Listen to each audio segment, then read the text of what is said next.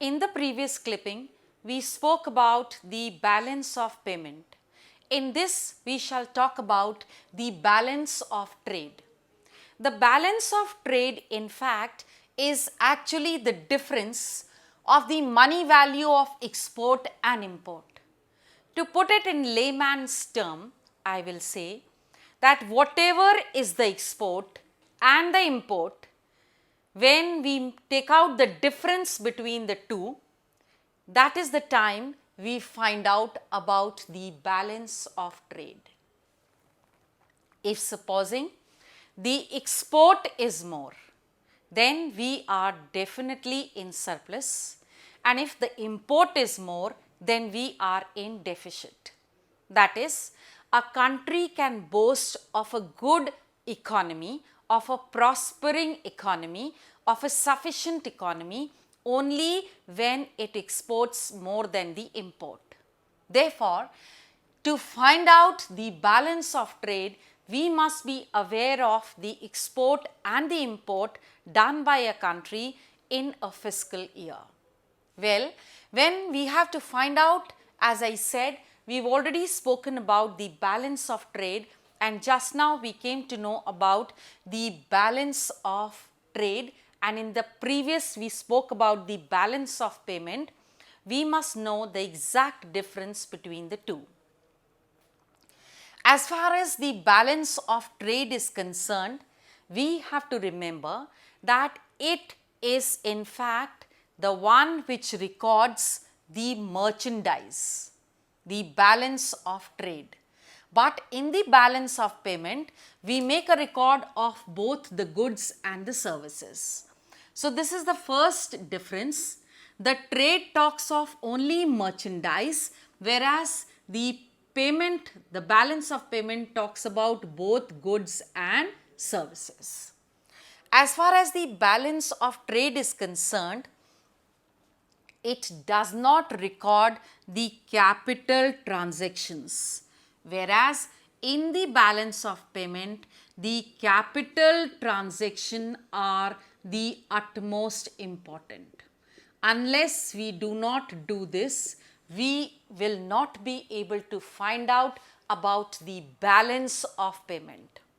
The third important feature of the balance of trade is it's a very narrow concept, because we are merely mentioning at the merchandise, not making a record of the capital transaction, but the balance of payment is a wider concept, as it talks of goods and services and also the capital transaction. The balance of trade is in fact sometimes favorable, sometimes unfavorable, sometimes equilibrium. If I expand this, I'll say the balance of trade will be favorable when we are exporting more, unfavorable when we are importing more, equilibrium when both the trade and the when both the export and the import is equal or at par. But the balance of payment, as I told you earlier, since it is done on double entry accounting, that is why it is always in equilibrium. Next is the balance of trade. If we talk about this, its deficit cannot be met by the balance of payment, but the deficit of the balance of payment can be met. When we talk of the balance of trade, then it is definitely not a true indicator of the economy, whereas the balance of payment is definitely the true indicator of the wellness of the economy.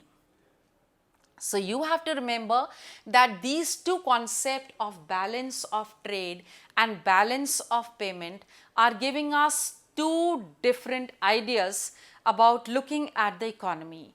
One talks of merely the merchandise, and whereas the other one with the wider concept talks about the entire arena of goods and services, making record of the capital transaction remaining in equilibrium. Thus, these two, balance of trade and balance of payment, are in fact the exact picture telling us, indicating us that what is the situation of the trade of the country, both in context of export as well as import. While talking about the balance of trade and the balance of payment, there are certain terms which are very important, and one of them is the current account. As far as the current account is concerned, we refer to this as a record which is maintained of the trade. That is to say, the entire import, export, goods, services, all the transactions which have taken place are accounted, kept as a record in the current account. Then there is capital account, whereas the capital account maintains just the purchase, sale, liabilities of the foreign assets. That is to say, that is what all happens outside India. Then when I talk of all this, I must mention that there are certain items which are autonomous items and certain items which are called as the accommodating items. As the name is suggesting for itself, the autonomous items in the balance of payment are those items which are meant for economic motives, that is to get more and more profit out of the sale, out of the transactions made on these items. So, the sole purpose behind the autonomous item is in fact just one, that is the economic motive of increasing the profit at maximum. But the accommodating items are those items which the government is forced to finance, that is to accommodate, to maintain a balance. So, in the balance of payment, two items are always mentioned or recorded, that is the autonomous, giving them the maximum profit, and the accommodating item meant for accommodating the government with various aspects.